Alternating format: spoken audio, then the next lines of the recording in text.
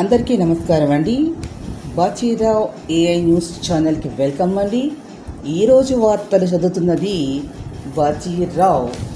యువతకు కోటి ప్రభుత్వ ఉద్యోగాలు, కేజీ టు పీజీ నాణ్యమైన ఉచిత విద్య.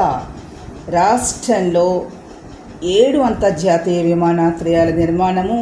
బీహార్ ప్రజలపై ఎన్డీఏ హామీల వర్షం. 2 లక్షల మంది రైతుల కష్టం, 17 రంగాలకి నష్టం, 5,244 కోట్ల సాయం. కేంద్రానికి ప్రాథమిక నివేదిక పంపిన రాష్ట్ర ప్రభుత్వం.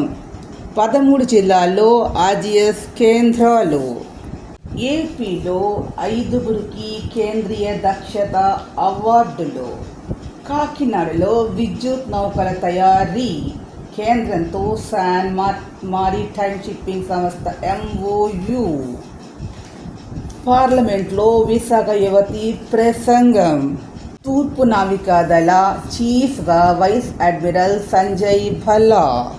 వైద్య విద్యలో ఇన్ సర్వీస్ కోటా 20% పెంపు.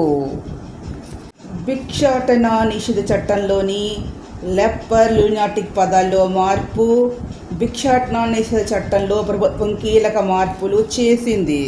క్షిపణులు, డ్రోన్లు, నావిగేషన్ సిస్టమ్స్, రక్షణ ఉత్పత్తుల కంపెనీలకు జోరుగా ఆర్డర్లు. హైదరాబాద్లో పరిశ్రమలు. నవంబరులో గరిష్ట ఉష్ణోగ్రతలు సాధారణం కంటే తక్కువ, IMD అంచనా. గిరిజనుల స్వాతంత్ర పోరాటంపై డిజిటల్ మ్యూజియం. భారత్ అమెరికాల మధ్య కీలక రక్షణ ఒప్పందం. LV-M3M5 రాకెట్ ప్రయోగం నేడు కౌంట్ డౌన్. మరిన్ని లేటెస్ట్ అప్డేట్స్ కోసం నిరంతరము చూస్తూ ఉండండి Bachirao AI news channel. Please subscribe my channel. Thank you to all.